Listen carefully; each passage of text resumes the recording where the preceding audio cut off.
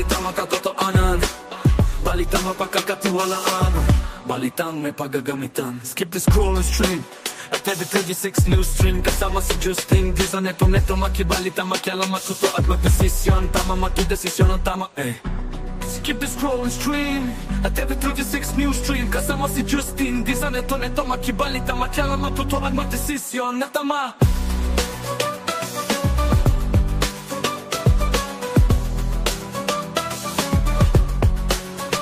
Skip the scroll and stream at every 36 news stream. Kasama si Justin Dizon, neto makibalita, makialam, matuto at magdesisyon na tama, matudesisyon na tama.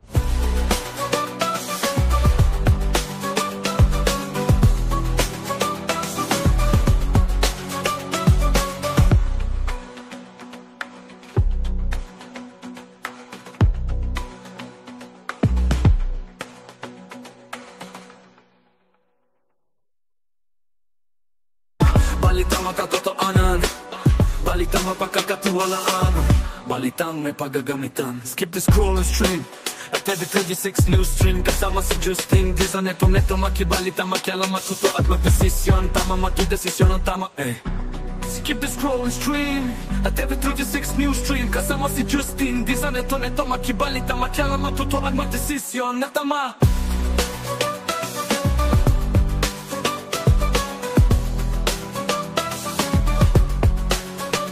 Skip the scroll and stream.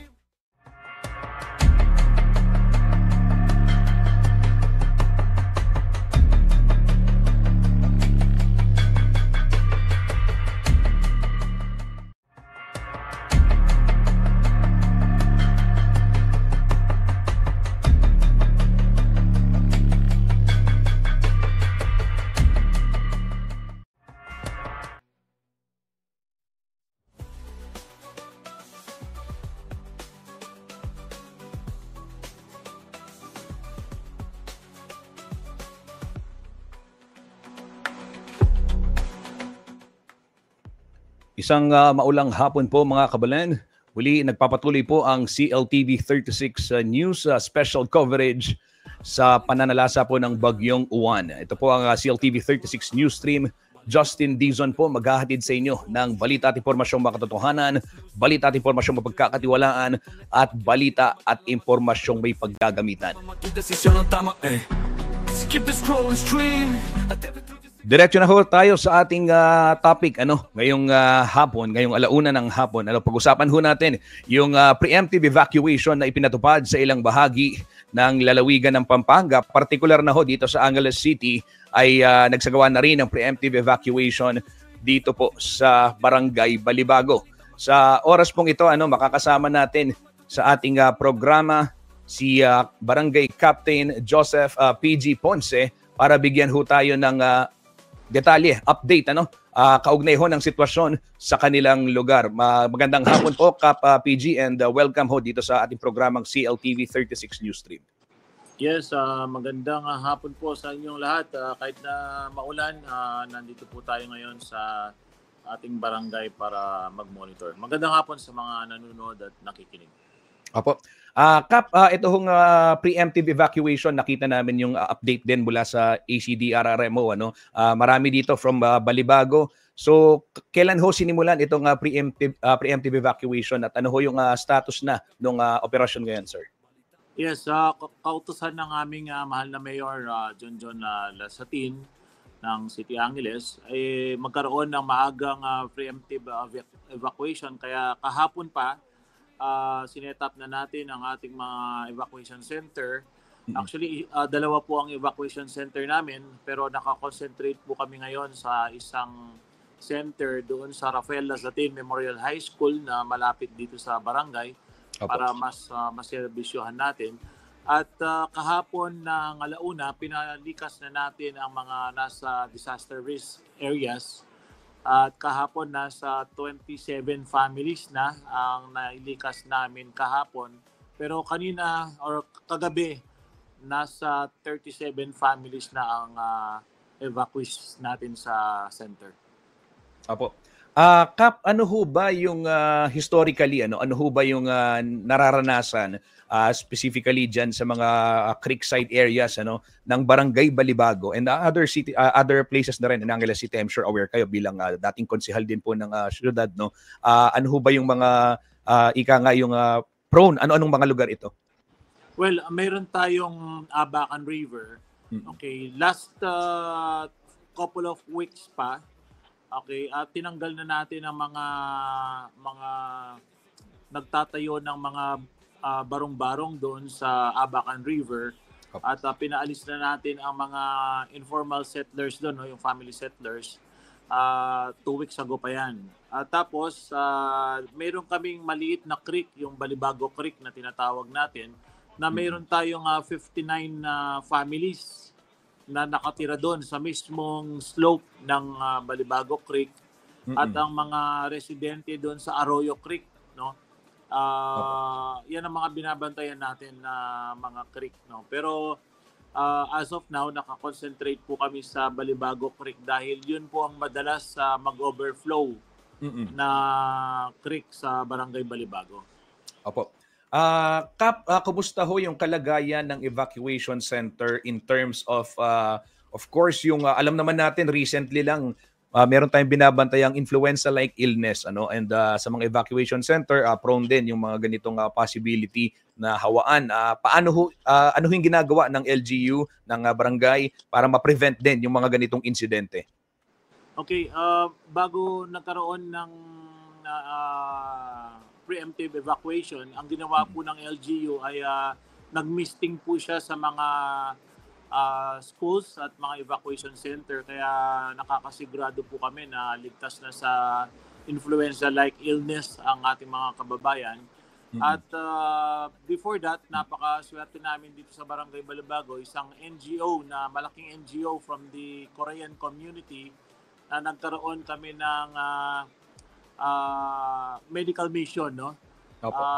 Mahigit 800 na individuals ang nagpa-free medical check-up kasama ang mga vitamins and mga iba pang medicines na pangangailangan ng ating mga kababayan. So, tamang-tama noong 2 araw bago ang preemptive evacuation, nagkaroon kami ng mga medical missions at check-up at lalo na meron tayong rural health unit dito sa barangay. So well coordinated ang ating mga health workers sa mga evacuees po natin. Opo. Kap, yung pagdating naman sa supply, ito may nakikita ako may mga hot meals na napo-provide. Kumusta ho yung supply, pangangailangan ng mga kababayan natin na nasa mga evacuation centers? Yes, kahapon nagpa-grocery ng Barangay Balibago noon. Nagpalabas kami ng 50,000 under our calamity fund. So including mga pampers, mga milk at iba pang pangangailangan ng ating mga evacuation. At may mga NGOs na rin, no. Kung okay lang babanggitin ko na rin. Go ahead, Kap. Yes. Ang Pagcor Casino Filipino na sakop ng Barangay Balibago ay nagpadala ng food relief, no? Kompleto, mga dry goods at saka mga canned goods, even kilos of rice na pamimigay namin ngayong araw na to na sa 100 families na nasa evacuation center natin. So far, as of this time, 37 families ang bibigyan natin, no? Kompleto to. May mga hygiene kit, toothbrush, pati mga tsinelas, mga kumot, at saka 10 canned goods. Tapos mayroon pang tig to 2 kilos of rice. At marami pang iba. Kompleto po ang binigay sa atin ng Pagcor Casino Filipino. Kap, tanungin ko na rin, alam natin of course Balibago is the entertainment district, business district din ng Angeles City. Maraming mga billboards. So, kumusta ho yung estado nitong mga karatula, yung mga pwedeng liparin? Ito ba ay naitoklip na sa mga oras na ito, Kap? Yes, actually 3 days ago nagpalabas tayo ng memo galing sa Balibago Disaster Reduction Risk Management Council na tanggalin or ituklip na ang lahat ng mga exposed na billboard sa along MacArthur Highway at sa mga secondary roads namin.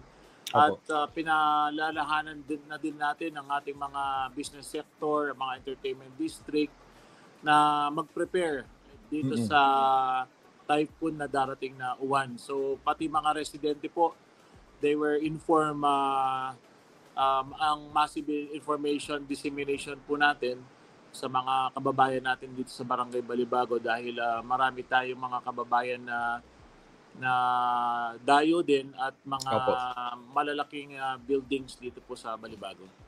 Opo. Kap, pagdating naman sa estado ng mga road access, road networks, kumusta ho yung kahandaan? Meron ho bang mga binabantayan dyan na kapag naulan, hindi pwedeng daanan? And ano ho yung kasalukuyang kondisyon, Kap?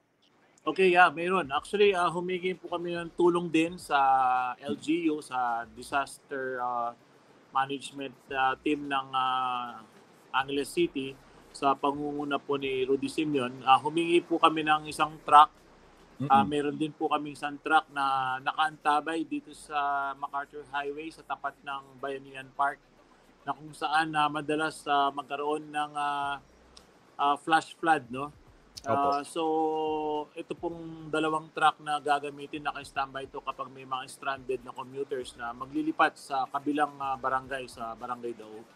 Opo. Kap, panghuli na lang, paalala na lang ho sa mga kababayan natin sa Barangay Balibago at doon sa mga kasyudad na rin sa Angeles City kung yung dapat gawin ngayon ito unti-unti na nating nararamdaman din yung epekto nitong bagyong si Uwan.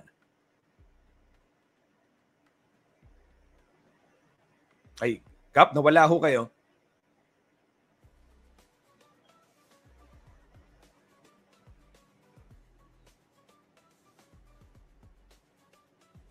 Kap, naririnig niyo ako, Kap? Good afternoon. Ayan, sound check. Ayan. Nawala sa koneksyon si Kapitan PG Ponce. Pero ayun ho mga kabalin, malinaw naman na ibahagi niya sa atin itong impormasyon kaugnay ng evacuation na ginagawa dyan ho sa kanilang lungsod, partikular sa Barangay Balibago, Angeles City, isa sa mga pinakamalaking barangay ng nasabing syudad. At gaya ng nabanggit kanina, yung tinanong ko, yung mga billboards, isa rin sa mga concern din ng publiko dahil alam natin na sa mga mga kalsada ay nariyan ho kaliwat kanan yung mga malalaking karatula na pwedeng liparin sakaling lumakas palalo yung hangin. Desisyon na tama. Inyo pong narinig si Kapitan PG Ponce kaugnay ng evacuation o preemptive evacuation na ipinatupad sa Barangay Balibago, Angeles City. Kabalen, sa bayang napapanood itong ating special coverage sa Bagyong Uwan sa Facebook page ng CLTV 36 News and at CLTV 36 Official. Live din ho tayo sa Facebook page ng RW 95.1 FM. At napapanood din sa YouTube channel ng CLTV 36 at CLTV 36 Official. Balitang makatotoanan, balitang mapagkakatiwalaan, balitang may paggagamitan. Skip the scroll and stream at every 36 news stream. Kasama si Justin Disa, neto makibalita, makialam, matuto at magdesisyon. Tama, magdesisyon ang tama, Skip the scroll and stream at every 36 news stream. Kasama si Justin Disa, neto makibalita, makialam, matuto at magdesisyon. Ito mga kabalen, bigyang daan muna natin yung forecast ng Pag-asa. Inere about an hour ago. Okay, live ho ito kaninang 11:51 AM. So about an hour, more than an hour ago. At yung next forecast kasi ilalabas after 3 hours, that is 2 PM. So ito ho yung latest forecast as of press time.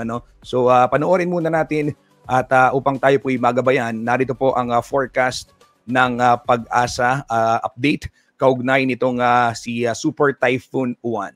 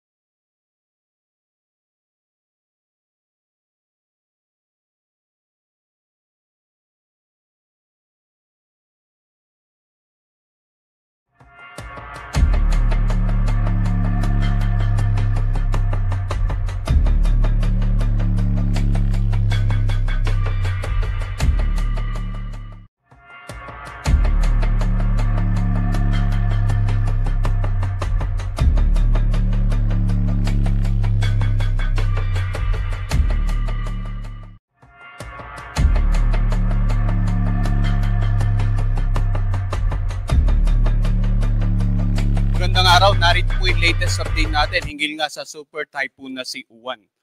So sa ating latest satellite image, makikita po natin bagamat yung mata ng super typhoon na si Uwan ay nasa bahaging karagatan, silangan ng Catanduanes, yung malawak na kaulapan nito ay halos nasasakupan na nga yung nakararaming bahagi ng Luzon, ilang bahagi ng Visayas at ng Mindanao. Kanina just ng umaga, ang mata ng super typhoon na si Uwan ay nandito na sa may bandang coastal waters ng Pandan, Catanduanes. Taglay ni Uwan, ang lakas ng hangin na umabot hanggang 185 kilometers per hour. Malapit sa gitna nito, yung pagbugso naman aabot hanggang 230 kilometers per hour. At patuloy itong kumikilos sa direksyong west-northwest sa bilis na 30 kilometers per hour. Kaya kung mapapansin po natin, may mga kababayan or may mga lugar talaga nakakaranas na ng masungit na panahon. In particular, itong mga lugar na halos napakalapit sa tinatayang matanga ng bagyong si Uwan. Tanaw na rin ang bagyo sa ating Doppler radar at makikita nga natin yung malawak na mata nito ay patuloy na lumalapit sa kalupaan ng ating bansa at posibleng nahagip nga or direct hit yung tinatawag natin, yung pinaka-northernmost part ng Catanduanes. Ano nga ba inaasahan nating pagkilos? Unahin po natin yung magiging pagkilos ng mata ng bagyong si Uwan. So, dito sa pinaka-latest forecast track natin, makikita natin, ito po yung tinatayang lokasyon ni Uwan kaninang alas 8 ng umaga. At mamayang alas 8 ng gabi, makikita natin, lumapit na siya dito sa may bandang coastal waters ng San Luis, Aurora. So generally, yung inaasahan nating landfall ay mamayang gabi or bukas ng madaling araw dito nga sa central portion of Aurora. At makikita po natin, center track hanggang sa makalagpas ng landmass, ano ba yung mga lalawigan na posibleng tumbukin ng sentro ng mata ng super typhoon na si Uwan. So dito po, makikita natin ito po yung area na yan, pinalaki ko lang. So posibleng after mag-landfall sa Aurora ay either dumaan or mahagip ang ilang lalawigan nitong bandang southern part ng Nueva Vizcaya, northern part ng Nueva Ecija, Pangasinan, and then itong La Union. So yun yung mga lugar na posibleng tumbukin ng mata ng bagyong si Uwan. So balit, yung area of probability, ulitin natin, nagpapakita pa ng mga ibang lugar na posibleng tawirin. Maging aktual na pagkilos ng sentro or mata ng super typhoon Uwan within the forecast period. So dapat maging handa, hindi lamang yung lalawigan ng Aurora, kundi maging itong southern part ng Isabela, itong bandang Quezon area, and then itong Nueva Ecija, Bulacan, Tarlac, Zambales, Pangasinan, Nueva Vizcaya, Ifugao, Benguet, La Union, Mountain Province at Ilocos Sur. Dahil pinakikita ng area of probability, yung iba pang posibleng maging senaryo once na tumawid ang bagyong si Super Typhoon Uwan dito nga sa kalupaan ng ating bansa. So, ulitin ko, ang posibleng tatamaan ay yung central part ng Aurora sa pagitan ng mamayang gabi hanggang bukas ng madaling araw. Subalit, yun nga, dapat maging handa yung mga lalawigan sa binanggit ko na nakapaloob po sa area of probability. And then bukas nga ng umaga, inaasahan po natin tuluyan na nakalagpas ng landmass ng ating bansa. So very critical ngayong araw hanggang bukas ng umaga, yung bago mag-landfall, pagtawid ng bagyo at paglagpas sa landmass ng ating bansa. Bukas ng umaga, sa layong 115 kilometers west ng Bacnotan, La Union. At makikita natin sa ating forecast track, bagyang magiging more to the north-northwest ang pagkilos. Sa darating naman ng Martes ng umaga, west-northwest ng Lawag City, ito na po yung location, 285 kilometers per hour. And then mapapansin natin sa pagitan ng Martes hanggang Miyerkules halos pahilagang magiging pagkilos. Bukas or sa darating na Martes posibleng nakalabas na ng PAR. Subalit sa Miyerkules, bagyang kikilos, pahilagang silangan naman at 380 kilometers west of Itbayat, Batanes. So nakikita rin natin sa darating na Huwebes ay nandito na siya sa may bandang Taiwan area. So posibleng Wednesday ng gabi hanggang Thursday ng madaling araw ay muling pumasok sa ating Philippine Air Responsibility. At sa dating nga na Biyernes, posibleng dahil sa interaction niya with the landmass of Taiwan, posibleng humina na lang bilang isang low pressure area ang super typhoon na si Uwan. So ito po yung tinatayan nating pagkilos. However, yung senaryo ito, posible pang mabago. Kaya nagbibigay po tayo ng 3-hourly update, Lagi ang tabayanan yung 3-hourly update ng Pag-asa. So, ito pong pinakikita natin ay forecast track ng posibleng pagkilos ng mata ng super typhoon na si Uwan. Pero dapat tandaan po natin na ang bagyo ay hindi isang tuldok lamang sa mapa. Ang bagyo po ay may lawak. Makikita natin itong kulay nito at itong kulay pula nagpapakita ng mga lakas na hangin na dala ng bagyo at posible pong simula sa sentro ng bagyo, ang lawak ay umaabot hanggang around 800 kilometers. So, more so dito sa west at saka northern part ng bagyo. So, kung ang bagyo po ay nandito na mamaya sa bandang coastal waters ng Aurora, yung tinatayang mata nito, dahil sa lawak nito na umabot ng 800, yan po ang reason kung bakit mayroon tayong mga lugar na malayo sa sentro, subalit may mga wind signal. At ano nga ba yung mga lugar na yon? So ang pag-uusapan naman po natin ngayon ay yung tropical cyclone wind signal. Lakas po ito ng hangin na posibleng maranasan sa inyong lugar, no? So itong naka-highlight ng violet, yan po yung may signal number 5. Pinakamalakas na hangin mula 118 to 184 or na kph or greater than 184 kph dito nga sa central portion ng Aurora, sa Polillo Island, northern portion ng Camarines Norte, eastern portion ng Camarines Sur at Catanduanes. Samantala, signal number 4, dito nga sa southern portion ng Isabela, Quirino, eastern portion ng Nueva Vizcaya, natitirang bahagi ng Aurora, sa lalawigan ng Nueva Ecija, dito sa easternmost portion ng Pampanga, northern eastern portion ng Bulacan, northern eastern portion ng Quezon, natitirang bahagi ng Camarines Norte at Camarines Sur, northeastern portion ng Albay. So yung naka-areas na naka-highlight po ng red, signal number 4, and then itong purple, signal number 5. Samantala, signal number 3 sa lugar na naka-highlight ng orange. Southern portion ng mainland Cagayan, natitirang bahagi ng Isabela at Nueva Vizcaya, signal number 3 rin, dito sa southern portion ng Apayao, Kalinga, Abra, Mountain Province, Ifugao, Benguet, Ilocos Sur, La Union, Pangasinan, Zambales, Bataan, Tarlac, natitirang bahagi ng Pampanga at natitirang bahagi ng Bulacan. Yung mga lugar na may wind signals number 5, 4, 3, napakalakas po ng hangin dyan, no? Epekto, makakasira ng mga iba't ibang uri ng struktura, makakapagpatumba na nakararaming uri ng pananim, mga poste ng kuryente, makakasisira ng mga bahay, lalong-lalo na po yung mga gawa sa mga light materials. And then yung mga karagatan magiging maalon hanggang sa napakaalon, bukod pa sa dalampag ulan. Pero sa ngayon, ang pinag-uusapan po muna natin, yung epekto ng malakas na hangin. Samantala, meron pa rin wind signal number 3 dito nga sa Metro Manila, Cavite, Batangas, Laguna, sa natitirang bahagi ng Quezon, Marinduque, natitirang bahagi ng Albay, Sorsogon, Ticao, Burias Island, at Northern Samar. So yan po yung binabanggit natin, no? Ang projected movement natin ng mata patungo ng Aurora, pero dahil sa lawak ng bagyo na umabot hanggang 800 kilometers mula sa sentro, yan ang reason kung bakit napakarami pong lugar na may wind signal. Samantala sa lugar na naka-highlight ng yellow, wind signal number 2 po, natitirang bahagi ng Cagayan kasama ang Babuyan Island, natitirang bahagi ng Apayao sa Ilocos Norte, Occidental Mindoro kasama ang Lubang Island, Oriental Mindoro sa Romblon, dito sa may bandang Masbate, Eastern Samar, Biliran, dito sa Northern Central portion ng Leyte. At wind signal number 1 naman po sa mga lugar na naka-highlight ng light blue. Ito po yung Batanes, and then Calamian at Cuyo Island, sa natitirang bahagi ng Leyte, sa buong Southern Leyte, sa Bohol, Northern Central portion ng Cebu, kasama nga yung Bantayan at Camotes Island, Northern Central portion ng Negros Occidental, Northern portion ng Negros Oriental. Wind signal number 1 din dito sa may bandang Guimaras, Iloilo, Capiz, Aklan, Antique, Dinagat Island, Surigao del Norte, Northern portion ng Agusan del Norte, Northern portion ng Surigao del Sur. So sa mga lugar na may wind signal number 1 naman po, inaasahan yung mga pag-ulan at paminsan-minsan pagbugso ng hangin. Subalit, may posibilidad po, no? So sa ngayon, ganito yung arrangement natin ng wind signal. Yung concentration ng malakas na hangin ay nasa kanlurang bahagi. Subalit, asahan po natin na dahil na patuloy na pagkilos hanggang sa pagtawid ng bagyong si Super Typhoon Uwan, mas dadami pa po yung mga lugar na may wind signal number 5, 4, 3. Ma-upgrade yung mga existing wind signal natin. Kaya antabayanan po natin yung update ng Pag-asa. Now, may mga lugar na walang wind signal, yung hindi nasasakupan ng bagyo, pero posible pa rin makaranas ng mga pagbugso ng hangin. No? Ngayong araw, yung natitirang bahagi ng Palawan, natitirang bahagi ng Visayas at Mindanao, yung mga lugar na walang wind signal, posible rin makaranas ng pagbugso ng hangin. Bukas, yung ilang bahagi po ng Luzon at natitirang bahagi ng Visayas, and then sa dating na Martes, yung nakararaming bahagi ng Luzon.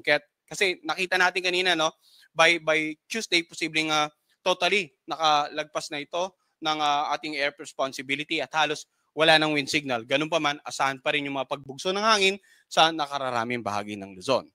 Ngayon, ang pag-usapan naman po natin yung dami ng pag-ulan. Kanina po yung pinakita natin na mapa na may color coding, yun po yung mga lugar na may wind signal. Pag sinabi natin wind signal, lakas ng hangin na mararanasan sa inyong lugar. In terms of pag-ulan, yung color coding naman na pinakikita natin, yung dami ng babagsak na ulan possibly sa inyong lugar.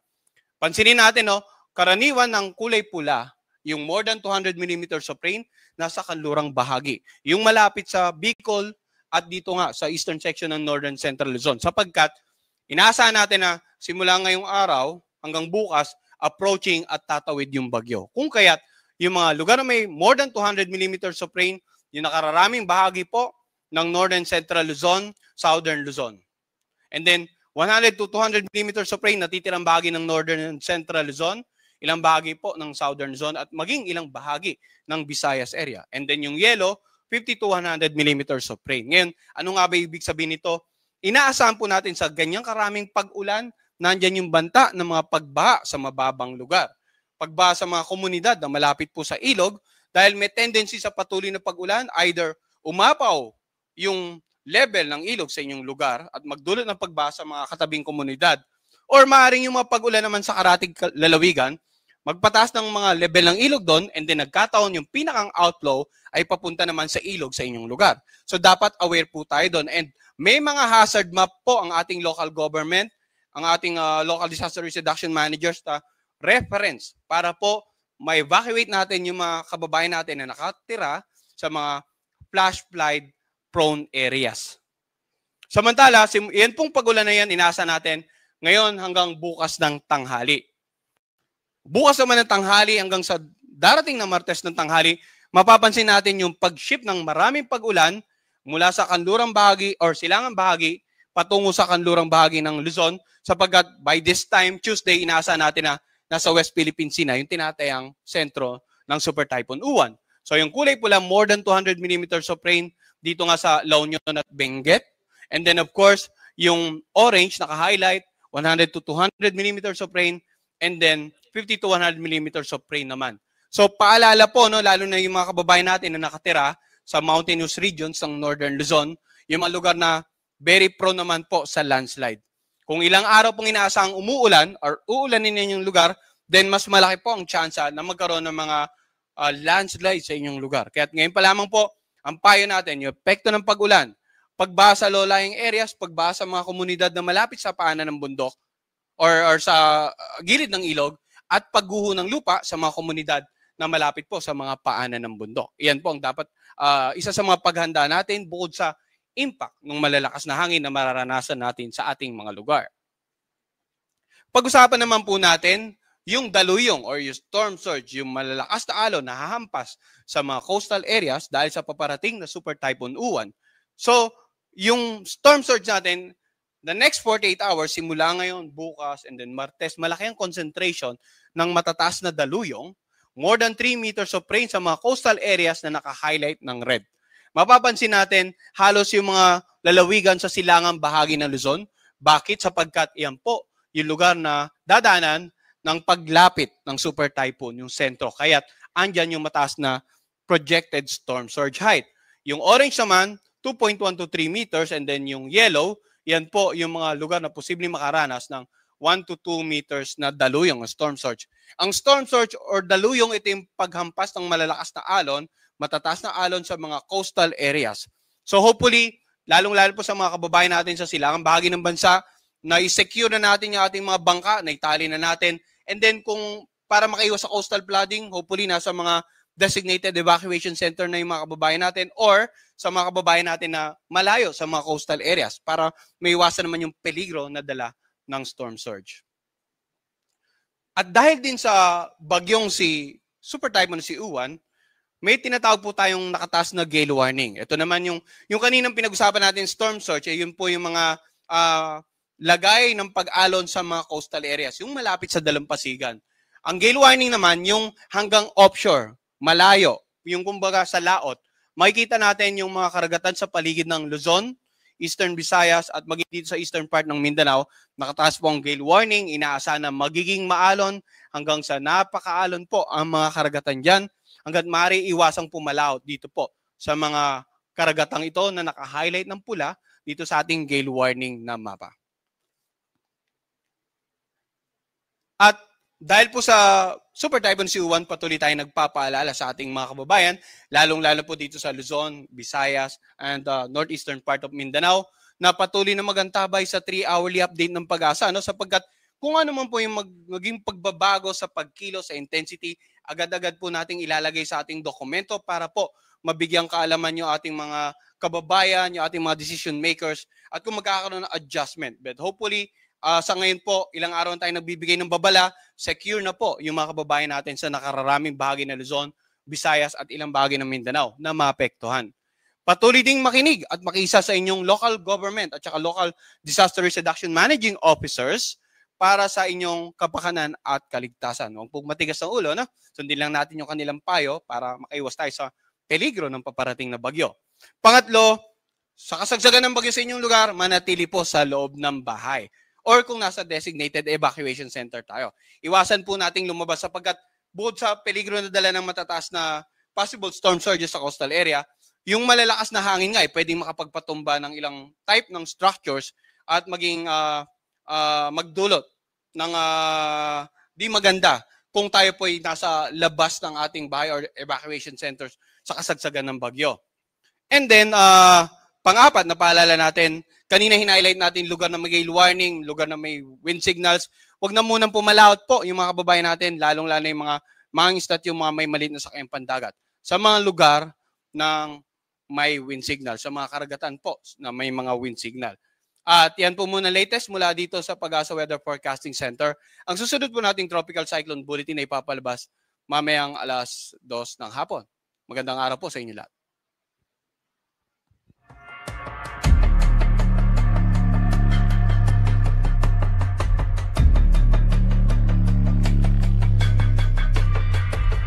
Magandang araw po. Dako naman po tayo sa update natin sa ating mga binabantayang dam at sa mga abiso ng pagbaha o yung ating mga flood advisories and bulletins as of this afternoon.